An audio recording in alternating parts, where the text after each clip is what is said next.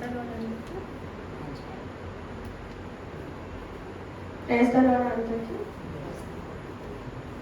చిన్న ప్రేయర్ చేస్తున్నాము. స్తోత్రం స్తోత్రం స్తోత్రం ప్రభుత్వ ప్రభు తండ్రి చేసే ఈ బంగారు పాదాలకు వందనాలు తండ్రి చేసే ప్రభు తండ్రి తండ్రి 2 డేస్లో రోజు 18వ రోజునైనా ప్రభు నాకు ఈ అవకాశం ఇచ్చినందుకు నీకు వేలాది స్థితులు వందనాలు తండ్రి ప్రభు తండ్రి చేసే నీ వాక్యం చదువుతాను తండ్రి చేసే ప్రభు పక్కన నాతో చెప్పించను తండ్రి ప్రభు వేసే నాయన తండ్రి వేసే ప్రభు నన్ను ఆశీర్వదించిన ఆయన ప్రభు నీ వాక్యం ద్వారా ప్రభు అందరికీ తెలియజేయనైనా ప్రభు వేసే ఎంతో మహిమతోన దేవుడు ప్రభు తండ్రి వేసే నాయన ప్రభు తండ్రి వేసే నీకే వేలాది స్థితిలో వందనాలు తండ్రి వేసే నాకు ఈ చిన్న అవకాశం ఇచ్చినందుకు నీకే వేలాది స్థితిలో నాయన ప్రభు తండ్రి వేసే నాయన తండ్రి ఈ వాక్యం చదువుతుందిగా ప్రభు నాతో ఏమైనా తప్పులు ఏమైనా వర్డ్స్ నేను తప్పుగా చెప్పుకుంటే ప్రభు నాన్ని క్షమించిన ఆయన ప్రభు వేస్తున్నాను ఈ చిన్న ప్రార్థన వేసుకుంటున్నాను తండ్రి ఆమేన్.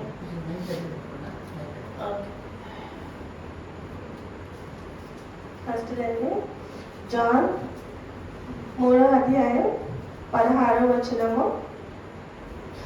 For God so loved the world that he gave his only begotten Son, that whosoever believe in him should not perish, but have everlasting life. Next, Roman 3వ అధ్యాయం 23వ వచనము. For all have sinned and come short of the glory of God. Next అండి Roman 3వ అధ్యాయం 24వ వచనం. Being justified freely by his grace through the redemption that he is in Christ Jesus. అదేనండి John 3వ అధ్యాయము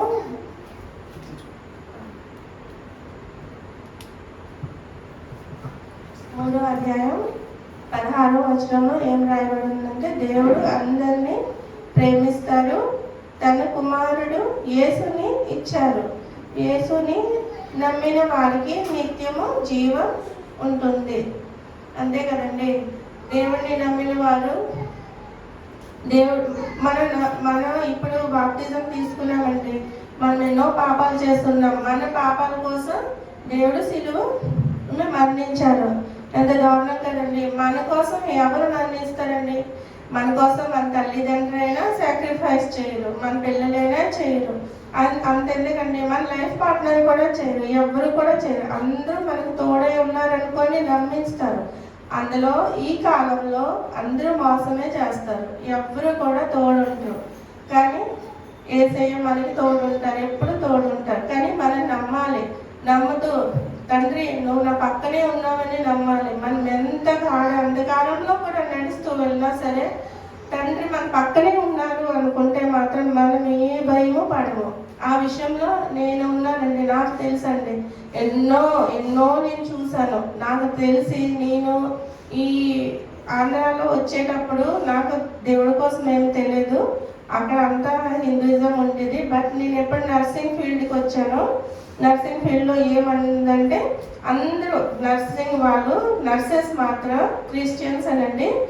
ఆ రూమ్లో సాయంత్రం 7 o'clockకి మేమందరము కూడా కూడి ప్రేయర్ చేసేవారు. అప్పుడు నేను ఒక పక్కన కూర్చొని వాళ్ళు ప్రేయర్ చేయడము అవన్నీ చూసేదాన్ని. కానీ వాళ్ళు ఎంత హుషారుగా ప్రేయర్ చేసేవారంటే డబ్బులు వాయించేసి, డబ్బులు లేకపోతే బకెట్ తిరిగేసి దానికి డబ్బులు వాయించేసి ఎంతో అన్నమాట దేవుణ్ణి కనిపించేవారు. పాటలు పాడి వాక్యం చదివి ఎన్నెన్నో ఎంత ఒక 10-15 మెంబర్స్లో ఉన్నారు. ఏంటి వీళ్ళు రోజుకి కూడా ఎలాగా చేస్తున్నారు ప్రేయర్స్ అని చెప్పి నాకు ఒకటే తెలుసు. ఇప్పుడు మా నర్సింగ్ ఫీల్డ్లో ఏమనుకున్నానంటే ఇంజెక్షన్ ఎప్పుడో బాటిల్ పెట్టడమే కదా నర్సింగ్ చేసేస్తున్నాం అనుకున్నాను. బట్ ఎప్పుడు నర్సింగ్లోకి వచ్చాను బాబాయ్ ఇంత చదవాలా అని అనిపించింది. కానీ అదే సేమ్ నాకు అనిపించింది, దేవుడు ఇంత వీళ్ళు పాటలు పాడి ఇన్న చేస్తున్నారు ఏంటి అసలు ఇది అని చెప్పేసి మా ఫ్రెండ్స్ని అడిగాను. నేను చర్చే అనుకున్నాను, ఆదివారం వస్తుంది చర్చికి వెళ్తారు, చర్చి నుంచి వస్తారు, ఏమో వండుకొని తినేస్తారు అని అనుకున్నాను. ఎప్పుడు కూడా అంటే ఈ క్రిస్టియన్ బిలీవర్స్ ఎంత దీనిగా ఉంటారు, నమ్మకంతో ఉంటారు.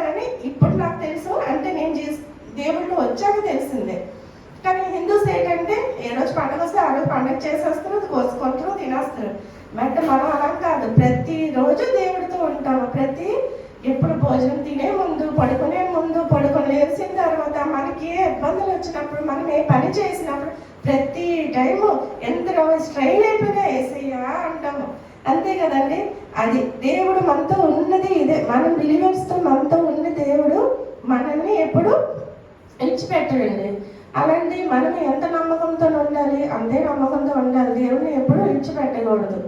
ఏదో ఇంట్లో మనం బాగున్నాము కదా అని చెప్పేసి మరి దేవుడిని మనము గుర్తు చేసుకున్నాం.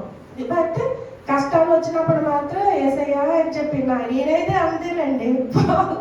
బాగున్నాను అనుకుంటే మాత్రం మరి గుర్తే రాదు.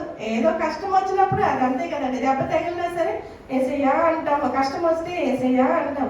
అలాగేనండి, అలా ఉండకూడదు. ఎప్పుడు కూడా కష్టమైనా, హ్యాపీగా ఉన్నా, ఎలాంటి పరిస్థితుల్లో అయినా నా ఫాదర్ నా పక్కన ఉన్నాడు అని చెప్పేసి మైండ్ సెట్తో ఉండాలి. అదే అందరినీ నమ్మించాలి. అమ్మో ఆ అమ్మాయి అలా ఉన్నది అంటే మనం ఎందుకు అవ్వకూడదు. నేను నిజంగా అండి, నా క్రిస్టియన్ ఫ్రెండ్స్ వల్లే నేను ఈరోజు ఇలా ఉన్నాను. తర్వాత రాజాం వచ్చాను. రాజాం వచ్చిన తర్వాత మ్యారేజ్ అయిన ఒక 6-8 monthsకి నేను ఇక్కడ జాయిన్ అయ్యాను జిఎంఆర్ కేర్ హాస్పిటల్లో.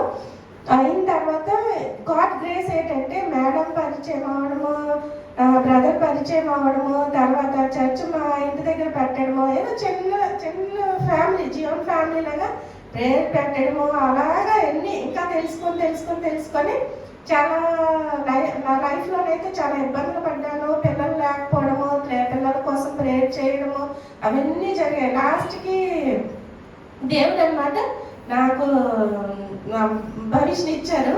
భవిష్ని ఇచ్చిన వెంటనే ఒక 3 రోజులనే కాలేదు, మళ్ళీ వాడికి బాగాలేదు, ఐసీయూకి వెళ్ళిపోయాడు. ఐసీయూకి వెళ్ళిపోయిన తర్వాత అండి అది దేవుడితో ఉన్నది నాది ఇంటరాక్షన్ అప్పటికండి స్టార్ట్ అయింది.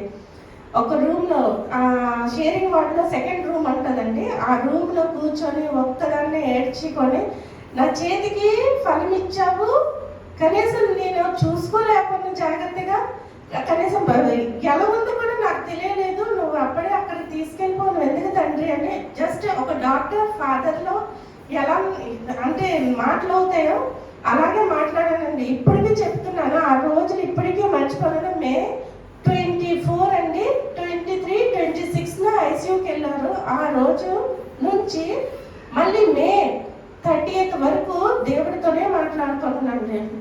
ఎన్నోసార్లు మేడం వచ్చారు, బ్రదర్ వచ్చారు, ఏం చెప్తానో నాకు ఎన్ని పక్కలు వెళ్ళిపోయేవి. ఒక దేవుడితోనే మాట్లాడేదాన్ని.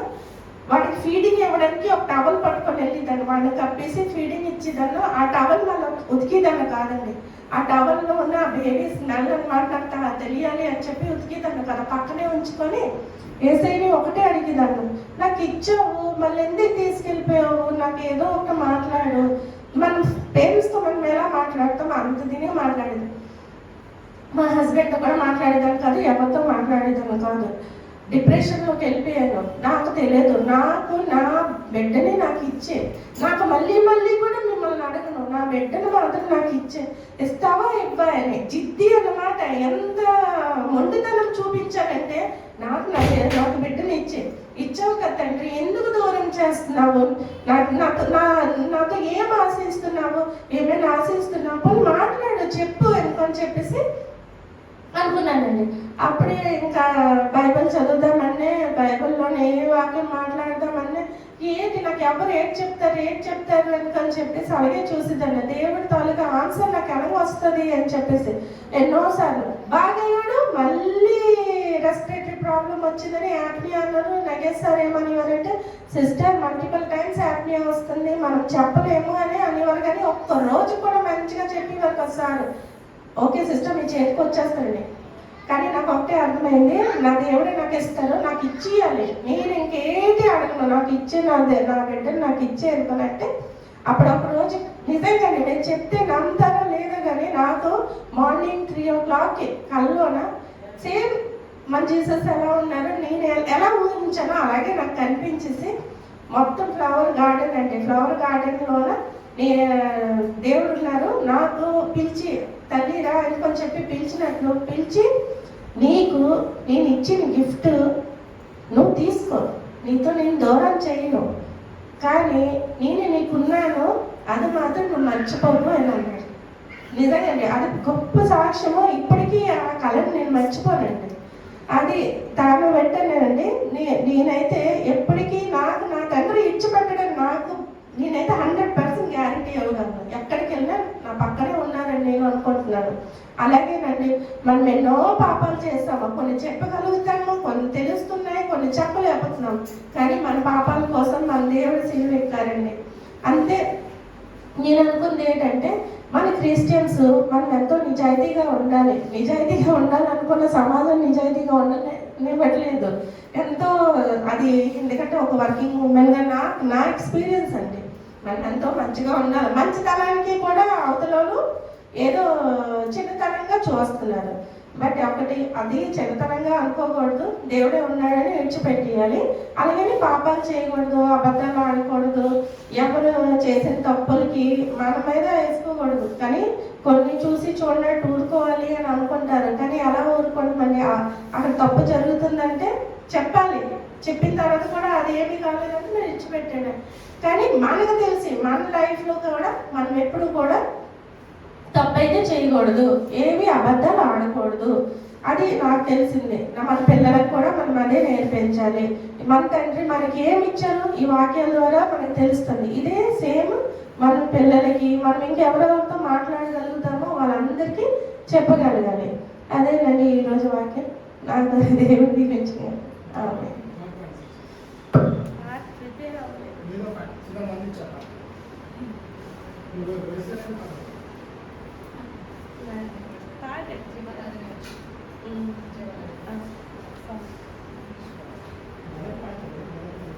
అతనైతే